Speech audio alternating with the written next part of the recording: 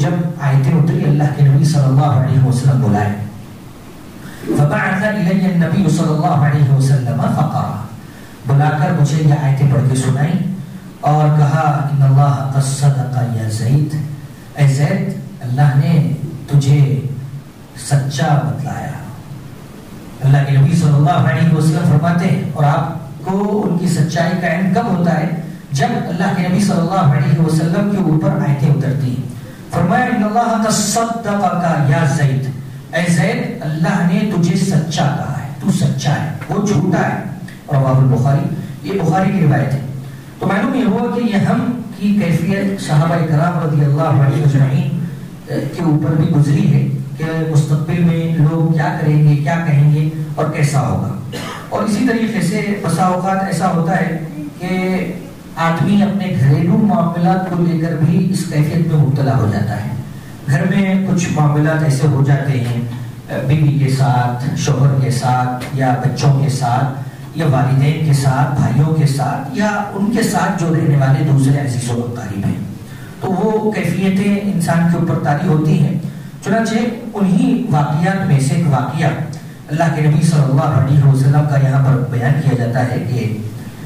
اللہ کے نبی صلی اللہ علیہ وسلم نے فرمایا ان امرکن مما یہمنی بعدی ولن یصبر علیکن الا الصابرون۔ ترمذی کی روایت ہے، اللہ کے نبی صلی اللہ علیہ وسلم فرماتے ہیں مجھے یہ فکر لاحق ہوتی ہے کہ میرے جانے کے بعد کیا ہوگا تمہارا، میری بیویوں کا کیا ہوگا۔ اللہ کے نبی صلی اللہ علیہ وسلم بسا اوقات اپنی زندگی کے اندر اس کو یاد کر کے سوچا کرتے تھے کہ میری بیویوں کا کیا ہوگا۔ کیوں؟ اس لیے کہ انبیاء میراث نہیں چھوڑتے، ان کا کوئی وارث نہیں ہوتا ہے، نہ بیوی نہ بچے۔ من يهده الله فلا مضل له ومن يضلل فلا هادي له واشهد ان لا اله الا الله وحده لا شريك له واشهد ان محمدا عبده ورسوله اما بعد فان خير الحديث كتاب الله وخير الهدي هدي محمد صلى الله عليه وسلم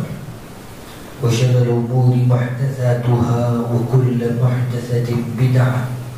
وكل بدعة ضلالة وفي رواية كل ضلالة في النار۔ أعوذ بالله من الشيطان الرجيم، بسم الله الرحمن الرحيم، قاف والقرآن المجيد بل عجبوا أن جاءهم منذر منهم فقال الكافرون هذا شيء عجيب أئذا متنا وكنا ترابا ذلك رجع بعيد قد علمنا ما تنقص الأرض منهم وعندنا كتاب حفيظ بل كذبوا بالحق لما جاءهم فهم في أمر مريج أفلم ينظروا إلى السماء فوقهم كيف بنيناها وزيناها وما لها من فروج والأرض مددناها وألقينا فيها رواسي وأنبتنا فيها من كل زوج بهيج تبصرة وذكرى لكل عبد منيب۔ تمام تعریفات و توصیفات، حمد و ثنا، بڑائی، کبریائی، بزرگی صرف ایک اللہ وحدہ لا شریک کے لیے ہی لائق و سزاوار ہے، جو اس کائنات کا پالنہار ہے، روزی جزا کا مالک ہے۔ ہم اسی کی عبادت کرتے ہیں اور اسی سے مدد طلب کرتے ہیں۔ وہ اکیلا ہے، بے نیاز ہے، نہ تو وہ کسی سے پیدا ہوا اور نہ اس سے کوئی جنا گیا، اور اس کے برابر کوئی نہیں، اس کے علاوہ کوئی حقیقی معبود نہیں۔ وہ عرش بری کا مالک ہے، ساتوں آسمانوں اور زمین کے درمیان جتنی ساری چیزیں ہیں وہ اسی کے قبضہ قدرت میں ہیں، نہ تو اسے نیند آتی ہے اور نہ ہی اونگ۔ وہ علیم ہے، بصیر ہے، ستار ہے، غفار ہے، قہار ہے، جبار ہے۔ اور بے شمار درود و سلام نازل ہوں پیارے حبیب محمد مصطفیٰ صلی اللہ علیہ وسلم پر، جن کے ذریعے سے ہم تک یہ دین اسلام پہنچا۔ محترم حاضرین جمعہ اور اسلامی ماں و بہنوں، آج کے خطبہ جمعہ کا موضوع ہے ہم اسباب و علاج۔ ہم کے معنی ہوتے ہیں قلق کے، اضطراب کے، بے چینی کے۔ یہ ایک نفسیاتی بیماری ہوتی ہے جو وقتی طور پر انسان کو لاحق ہوتی ہے، اور اس ہم کے اندر آدمی یہ محسوس کرتا ہے کہ مستقبل میں فیوچر میں جو ناپسندیدہ معاملہ یا واقعہ یا حادثہ رونما ہونے والا ہے، اس کے تعلق سے سوچ کر وہ فکر مند رہتا ہے اور قلق اور اضطراب اور بے چینی کا شکار ہو جاتا ہے۔ تو یہ ایک طبیعت طبیعی چیز ہے جو اللہ رب العزت نے انسانوں کے اندر ودیت فرمائی ہے۔ مختلف حالات سے انسان گزرتا ہے اور اس کے اسباب ہوتے ہیں جس کی وجہ سے وہ یہ کیفیت میں مبتلا ہوتا ہے، لیکن یہ جو ہم ہے بسا اوقات محمود بھی ہوتا ہے، یعنی قابل تعریف ہوتا ہے، اور بسا اوقات یہ مذموم ہوتا ہے، یعنی یہ ناپسندیدہ ہوتا ہے۔ اور کبھی انسان کی داخلی احوال کی وجہ سے وہ کیفیت پیدا ہو جاتی ہے، ہم کی، قلق کی، اضطراب کی، بے چینی کی کیفیت پیدا ہو جاتی ہے، اور اللہ کے نبی صلی اللہ علیہ وسلم کے اوپر بھی یہ کیفیت آئی۔ اس حالت سے اللہ کے نبی صلی اللہ علیہ وسلم بھی گزرے اور صحابہ کرام رضی اللہ عنہم اجمعین بھی گزرے ہیں، لیکن انہوں نے ایمان چونکہ اللہ کے اوپر ان کا مضبوط تھا تو انہوں نے اس قلق، اس بے چینی، اس اضطراب اور اس ہم کے سامنے گھٹنے نہیں ٹیکے، بلکہ اللہ رب العزت کے سامنے اپنے معاملے کو سونپ دیا اور اللہ کی طرف پوری طریقے سے متوجہ ہو گئے۔ اور صحابہ کرام رضی اللہ عنہم اجمعین بھی اللہ کے نبی صلی اللہ علیہ وسلم کے نقش قدم پر چلنے والے تھے۔ آئیے دیکھتے ہیں کہ اللہ کے نبی صلی اللہ علیہ وسلم کی سنت میں جو ہم کے واقعات جو اللہ کے نبی صلی اللہ علیہ وسلم کے ساتھ بطور خاص پیش آئے ہیں، اس کو دیکھتے ہیں کہ کیسے اللہ کے نبی صلی اللہ علیہ وسلم نے اللہ تعالیٰ کی طرف رجوع کیا اس معاملے میں۔ چنانچہ آپ دیکھیں گے کہ دعوت کے میدان میں اللہ رب العزت کے کلمے کو بلند کرنے کے لیے جو لوگ نکلتے ہیں اور اس کے لیے کوششیں کرتے ہیں، اور بطور خاص انبیاء اور اسی طریقے سے جو رسول ہیں وہ ان کے ساتھ یہ حالت زیادہ پیش آتی ہے۔ چنانچہ اللہ کے نبی صلی اللہ علیہ وسلم طائف گئے، جب مکہ میں آپ نے کوششیں کی، 3 سال تک آپ نے دعوت کی خاموشی کے ساتھ، اور پھر 10 سال علی الاعلان اللہ رب العزت کے کہنے پر آپ نے لوگوں کو اللہ کی طرف بلایا، توحید کی طرف بلایا، لیکن لوگ دشمن ہو گئے، صحابہ کو ستانے لگے جو کمزور تھے، اور اللہ کے نبی صلی اللہ علیہ وسلم پہ بھی بہت ساری تہمتیں آئیں۔ آپ نے دیکھا کہ یہاں پہ بہت کم لوگ ہیں جو اتنی مدت کے بعد بھی ایمان نہیں لائے ہیں، لہذا طائف جاتے ہیں۔ وہاں پہ بھی کچھ قبائل تھے، اللہ کے نبی صلی اللہ علیہ وسلم نے اس امید میں کہ وہاں کے لوگ شاید ایمان لے آئیں اللہ تعالیٰ پر اور شرک بت پرستی کو چھوڑ دیں، آپ صلی اللہ علیہ وسلم وہاں گئے طائف۔ طائف میں کیا ہوا ہم سبھی جانتے ہیں کہ جب 2 بھائی جو سردار تھے پیش ہوئے ان کے سامنے، اللہ کے نبی صلی اللہ علیہ وسلم اور سرداروں کو توحید کی دعوت دی، اور آپ کا یہ ماننا تھا کہ سردار اگر دعوت قبول کر لیتا ہے تو اس کے ماتحت جتنے بھی لوگ ہیں وہ سارے کے سارے مسلمان ہو جائیں گے، لیکن انہوں نے ایسا نہیں کیا، بلکہ آپ کی دعوت کا انکار کر دیا۔ اتنا ہی نہیں، جب اللہ کے نبی صلی اللہ علیہ وسلم نے یہ فرمایا کہ ٹھیک ہے اگر تم قبول نہیں کرتے ہو تو یہ بات اپنی حد تک رکھو، لیکن ان لوگوں نے اوباشوں کو، شریر لوگوں کو اللہ کے نبی صلی اللہ علیہ وسلم کے پیچھے لگا دیا، اور انہوں نے آپ کی بے عزتی کی، ان لوگوں نے آپ کو پتھر مارا، یہاں تک کہ آپ لہو لہان ہو گئے اور آپ کے جوتے میں خون جم گیا۔ یہ معاملہ جب اللہ کے نبی صلی اللہ علیہ وسلم کے ساتھ پیش آیا تو اس موقع سے اللہ کے نبی صلی اللہ علیہ وسلم فرماتے ہیں، عرضت نفسی علی ابن عبد یالیل، میں عبد یالیل کے پاس گیا توحید کی دعوت لے کر، فلم یجبنی الی ما اردت، میں جو چاہتا تھا کہ وہ اسلام قبول کر لے اس نے وہ بات نہیں مانی، فانطلقت وانا مهموم، اس کے بعد پھر جو واقعہ پیش آیا وہ پیش آیا اللہ کے نبی صلی اللہ علیہ وسلم کے پر. فرماتے ہیں اللہ کے نبی صلی اللہ علیہ وسلم میں مہموم تھا، یعنی میرے اوپر ہم کی کیفیت طاری تھی، میں انتہائی قلق، اضطراب اور بے چینی کے عالم میں تھا. اللہ کے نبی صلی اللہ علیہ وسلم فرماتے ہیں فلم استفق الا وانا بقرن ثعالب،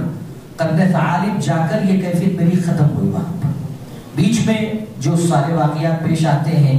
ایک عیسائی کا قبول اسلام، انگور کے باغ میں اللہ کے نبی صلی اللہ علیہ وسلم کا قیام، دو فرشتوں کا آ کر یہ کہنا اللہ کے نبی صلی اللہ علیہ وسلم ہمیں اجازت دیجیے کہ ہم ان بدماشوں کو دو پہاڑوں کے درمیان چکی کے پاٹ کی طرح پیس دیں. اللہ کے نبی صلی اللہ علیہ وسلم کا یہ کہنا کہ انہیں چھوڑ دو، ہو سکتا ہے کہ ان کے ذریت میں، ان کی نسل میں کوئی آئے جو اسلام کو قبول کرے. تو اللہ کے نبی صلی اللہ علیہ وسلم اس کیفیت سے گزرے ہیں، بخاری مسلم کی روایت موجود ہے. تو آپ صلی اللہ علیہ وسلم نے باقاعدہ سرحد فرمائی کہ ہم کی کیفیت انسان ہم میں مبتلا ہوتا ہے، اور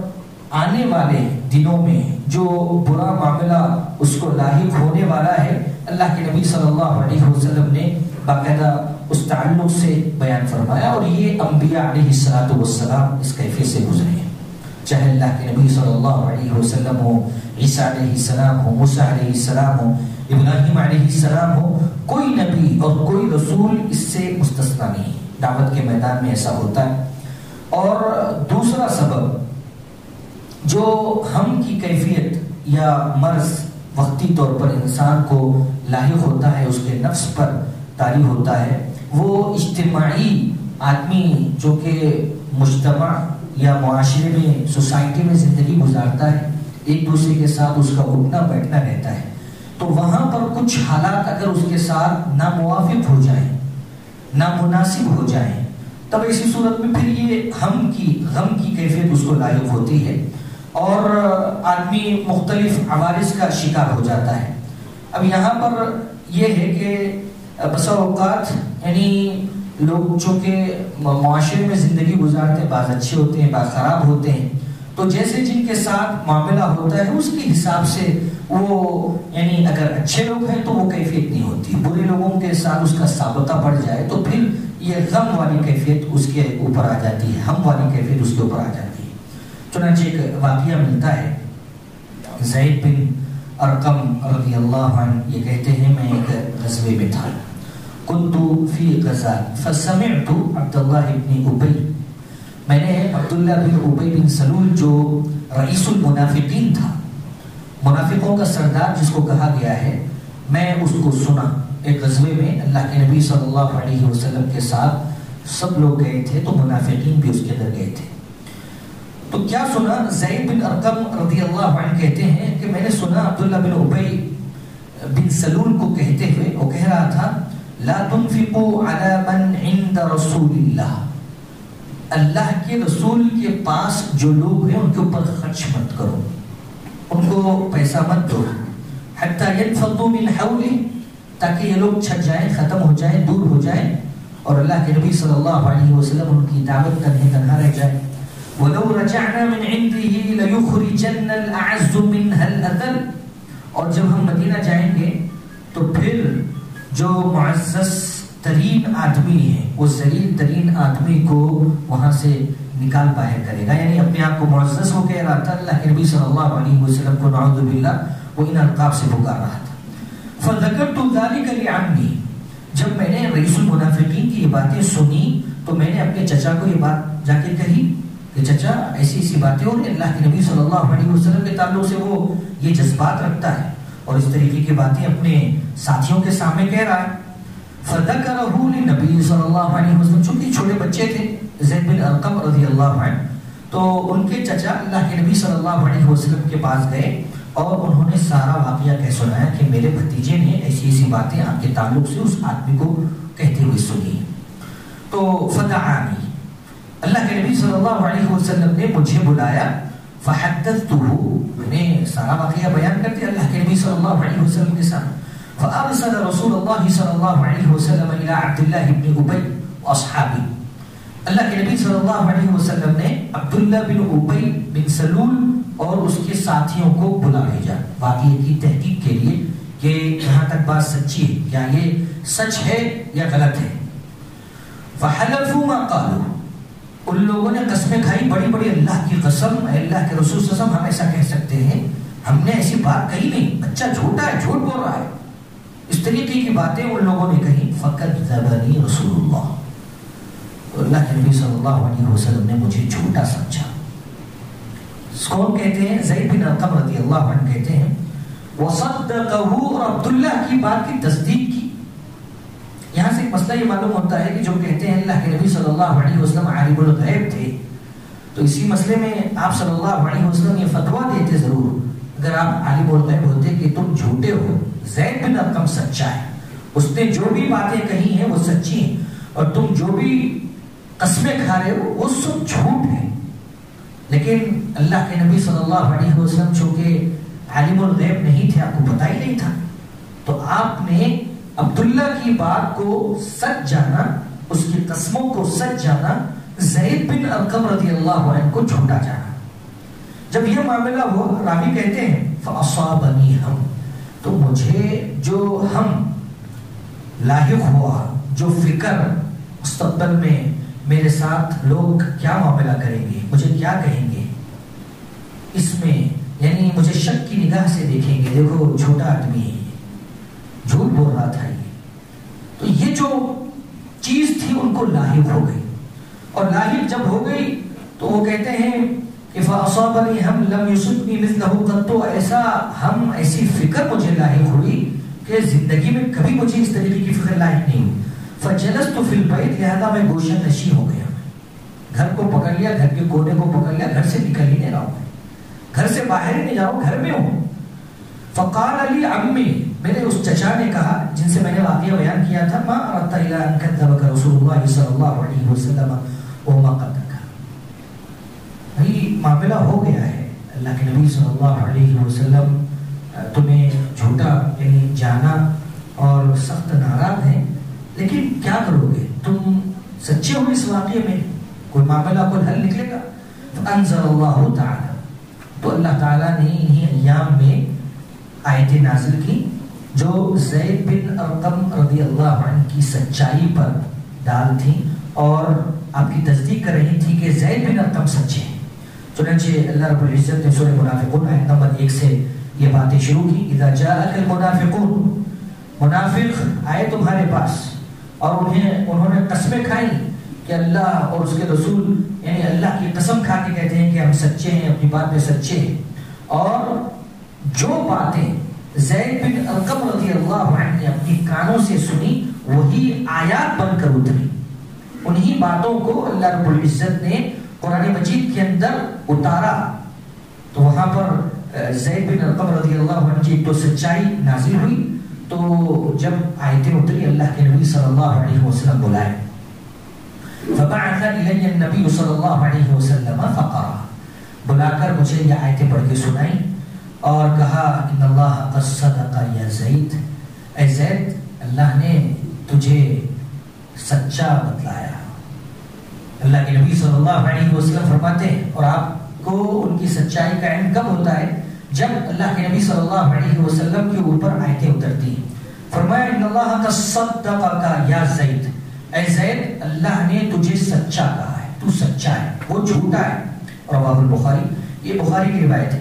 تو معلوم یہ ہوا کہ یہ ہم کی کیفیت صحابہ کرام رضی اللہ عنہ اجمعین کے اوپر بھی گزری ہے کہ مستقبل میں لوگ کیا کریں گے، کیا کہیں گے اور کیسا ہوگا۔ اور اسی طریقے سے بسا اوقات ایسا ہوتا ہے کہ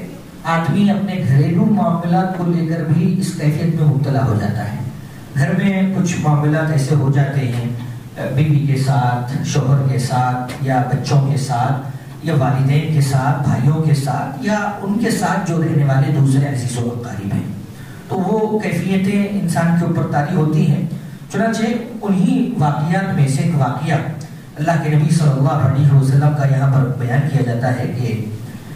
اللہ کے نبی صلی اللہ علیہ وسلم نے فرمایا ان امرکن مما یہمنی بعدی ولن یصبر علیکن الا الصابرون۔ ترمذی کی روایت ہے، اللہ کے نبی صلی اللہ علیہ وسلم فرماتے ہیں مجھے یہ فکر لاحق ہوتی ہے کہ میرے جانے کے بعد کیا ہوگا تمہارا، میری بیویوں کا کیا ہوگا۔ اللہ کے نبی صلی اللہ علیہ وسلم بسا اوقات اپنی زندگی کے اندر اس کو یاد کر کے سوچا کرتے تھے کہ میری بیویوں کا کیا ہوگا۔ کیوں؟ اس لیے کہ انبیاء میراث نہیں چھوڑتے، ان کا کوئی وارث نہیں ہوتا ہے، نہ بیوی نہ بچے، جو بھی کچھ چھوڑیں گے وہ پبلک کے لیے ہوگا، عوام کے لیے ہوگا۔ تو اللہ کے نبی صلی اللہ علیہ وسلم کو یہ فکر لاحق ہوتی، تو آپ صلی اللہ علیہ وسلم بسا اوقات اس کا تذکرہ کیا کرتے تھے کہ میرے چلے جانے کے بعد کیا ہوگا۔ لیکن اللہ تعالیٰ نے بھی کیسا انتظام کیا اللہ کے نبی صلی اللہ علیہ وسلم کے ازواج مطہرات کا کہ عبد الرحمن بن عوف رضی اللہ عنہ جو انتہائی مالدار صحابی ہیں، انہوں نے اتنا وقف کیا اللہ کے نبی صلی اللہ علیہ وسلم کی بیویوں کے لیے کہ یعنی کسی چیز کی ضرورت نہیں پڑی ان کو، وقف سے اتنا پیسہ آتا تھا اور آپ صلی اللہ علیہ وسلم کی بیویوں میں تقسیم ہوتا تھا۔ کہنے کا مطلب یہ ہے کہ اس طریقے کی باتیں، یہ تو ایک مثال ہے، تو انسان کو معاشرے کے طرف سے معاشرے میں رہتے ہوئے کچھ پریشانیاں پہنچتی ہیں اور دعوت کے میدان میں کچھ پریشانیاں پہنچتی ہیں، گھریلو معاملات میں بھی اس کو کچھ پریشانیاں پہنچتی ہیں، تو وہاں پر آدمی دل برداشتہ ہو کر کوئی ایسا قدم نہ اٹھائے جو اس کی زندگی کو تباہ و برباد کر دے۔ کہنے کا مطلب یہ ہے، اصل مطلب یہ ہے۔ اور اللہ کے نبی صلی اللہ علیہ وسلم، آپ صلی اللہ علیہ وسلم کے اوپر بھی اس طریقے کا معاملہ ایسا آیا کہ آپ نے ایک مرتبہ اپنی زندگی کے اندر یہ تمنا کی کہ میں ختم ہو جاؤں میں۔ چنانچہ وہ واقعہ اس طریقے سے ہے کہ اللہ کے نبی صلی اللہ علیہ وسلم کے اوپر وحی اترتی تھی، اور وحی جب اترنا بند ہو گئی، اس کے اندر ایک طویل مدت گزری، تو آپ صلی اللہ علیہ وسلم کو اتنی بے چینی ہوئی کہ آپ صلی اللہ علیہ وسلم نے چاہا کہ اپنے آپ کو ہلاک کر دیں۔ تو آدمی کو یہ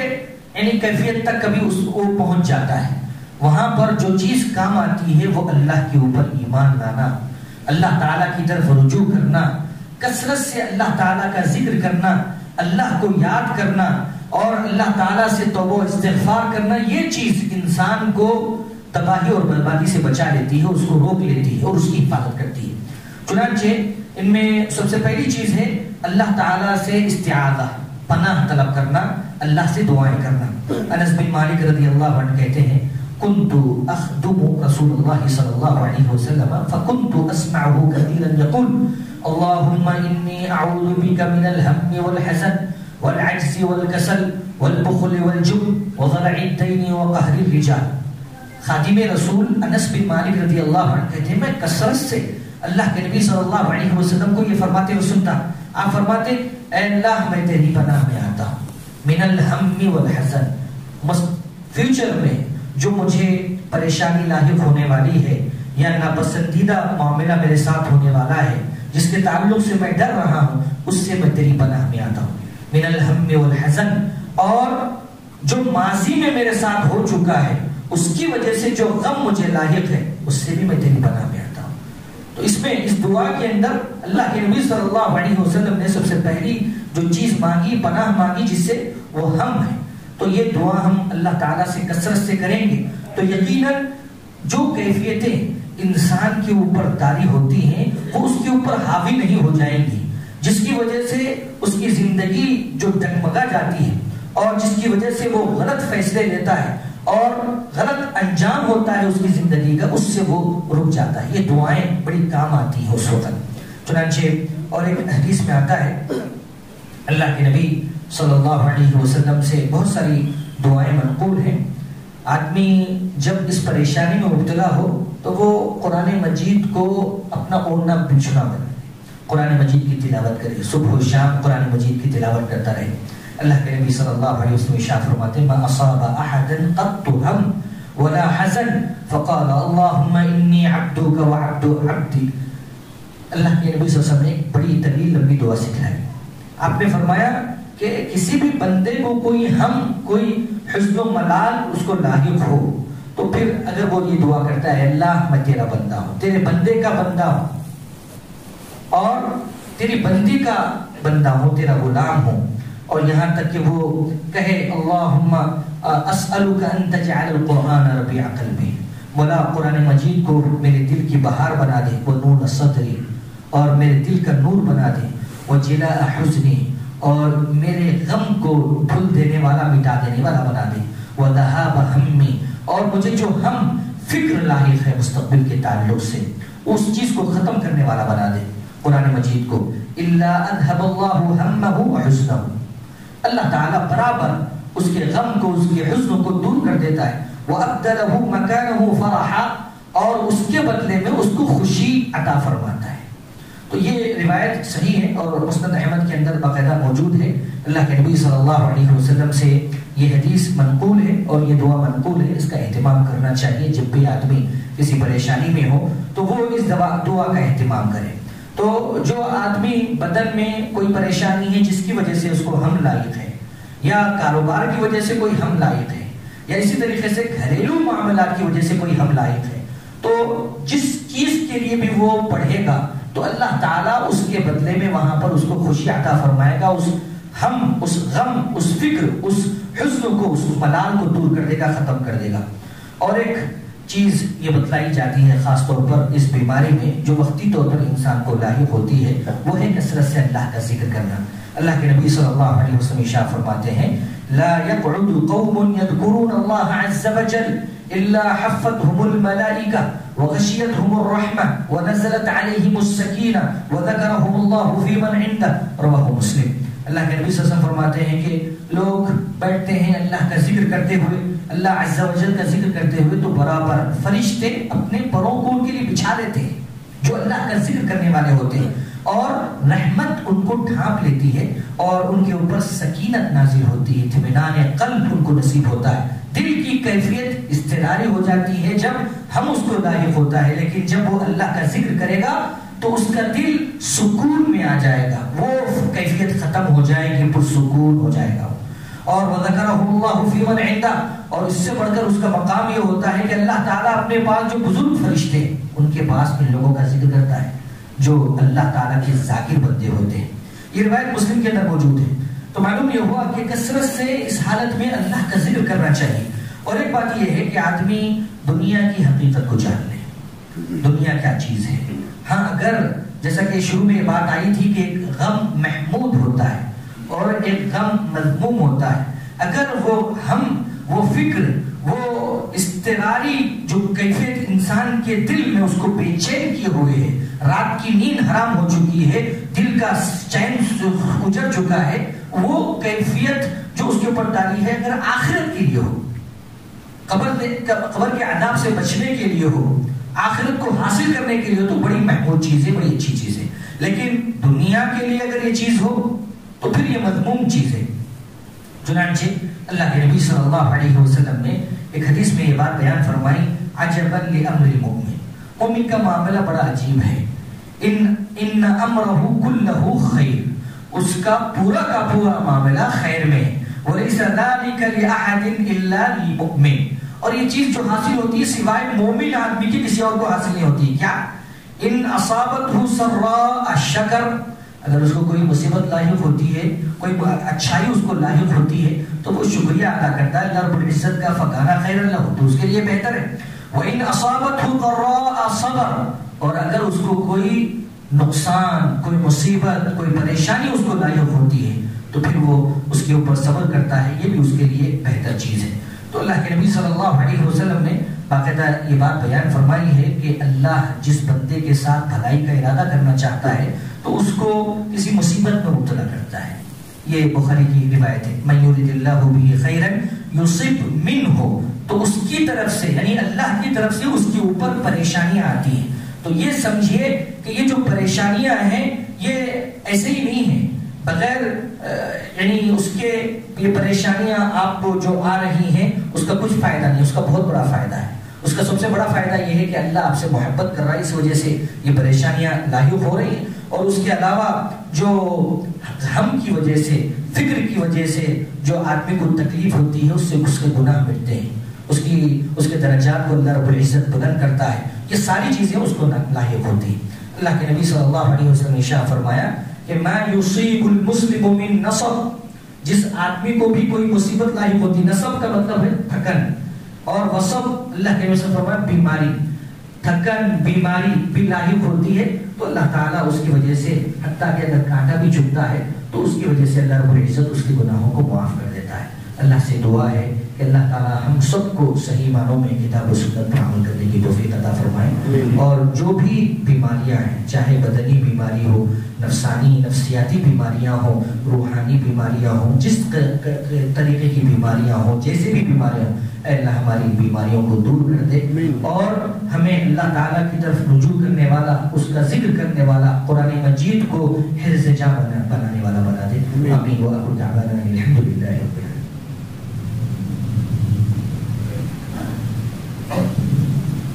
الحمد لله نحمده ونستعينه ونستغفره ونعوذ بالله من شرور أنفسنا ومن سيئات أعمالنا من يهده الله فلا مضل له ومن يضلل فلا هادي له وأشهد أن لا إله إلا الله وحده لا شريك له وأشهد أن محمدا عبده ورسوله. أما بعد فإن خير الحديث كتاب الله وخير الهدي هدي محمد صلى الله عليه وسلم وشر الأمور محدثاتها وكل محدثة بدعة وكل بدعة ضلالة وفي رواية كل ضلالة في النار. أعوذ بالله من الشيطان الرجيم. بسم الله الرحمن الرحيم. إن الله وملائكته يصلون على النبي يا أيها الذين آمنوا صلوا عليه وسلموا تسليما. اللهم صل على محمد وعلى آل محمد كما صليت على إبراهيم وعلى آل إبراهيم إنك حميد مجيد. اللهم بارك على محمد وعلى آل محمد كما باركت على إبراهيم وعلى آل إبراهيم إنك حميد مجيد. إن الله يأمر بالعدل والإحسان وإيتاء ذي القربى وينهى عن الفحشاء والمنكر ولذكر الله أكبر. أقول قولي هذا أستغفر الله لي ولكم ولسائر المسلمين.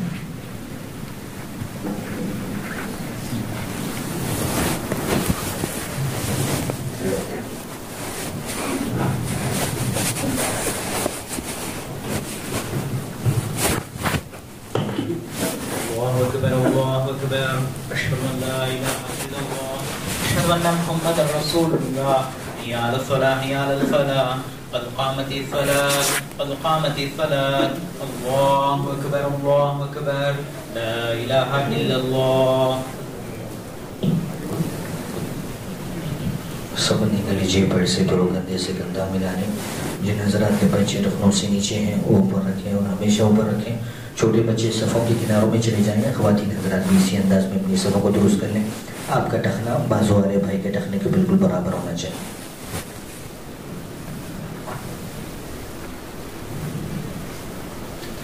اللہ اکبر.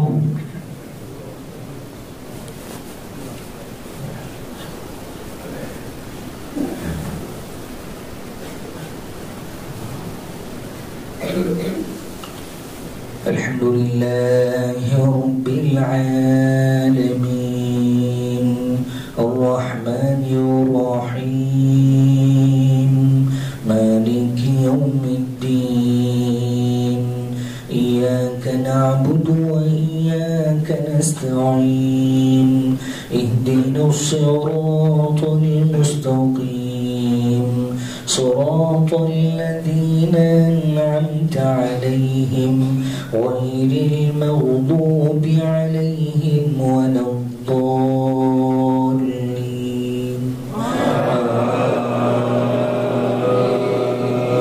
آمين.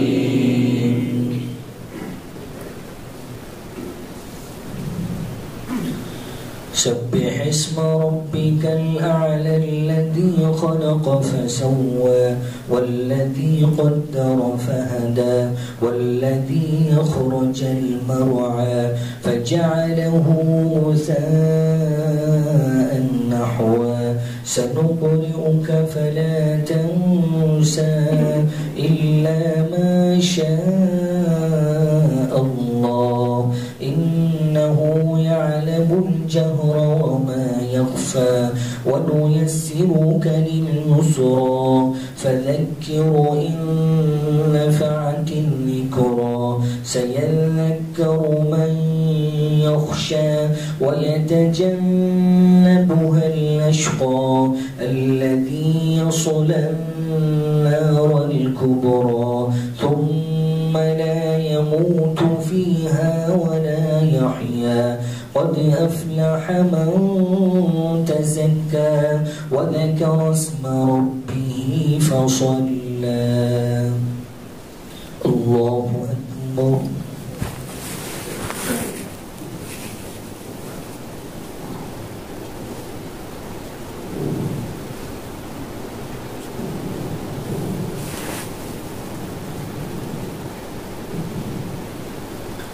سمع الله لمن حمده ربنا ولك الحمد حمدا كثيرا طيبا مباركا الله أكبر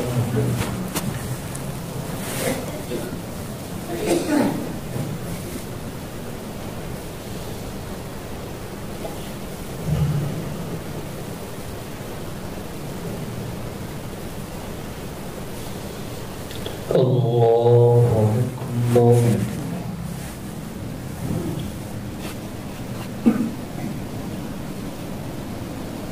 الله أكبر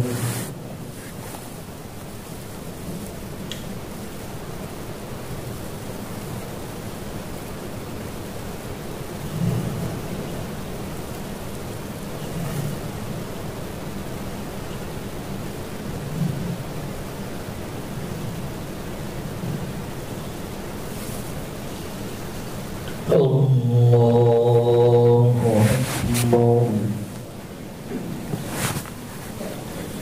الحمد لله رب العالمين الرحمن الرحيم مالك يوم الدين إياك نعبد وإياك نستعين اهدنا الصراط المستقيم صراط الذين أنعمت عليهم غير المغضوب عليهم ولا الضالين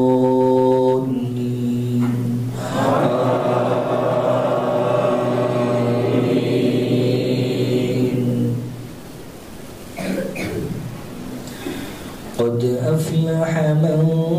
تزكى وذكر اسم ربه فصلى بل تؤثرون الحياة الدنيا والآخرة خير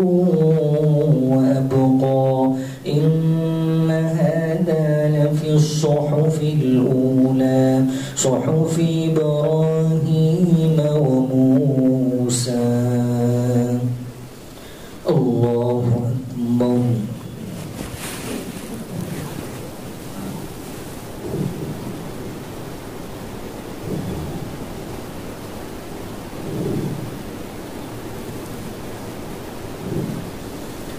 سمع الله لمن حمده ربنا ولك الحمد حمدا كثيرا طيبا مباركا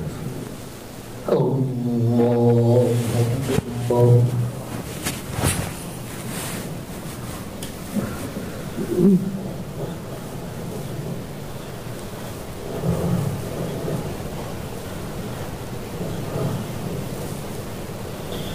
الله أكبر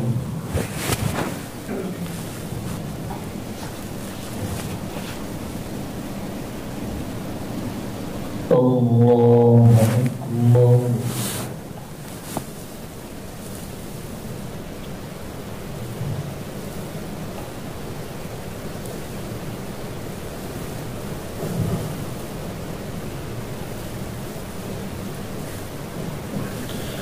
الله أكبر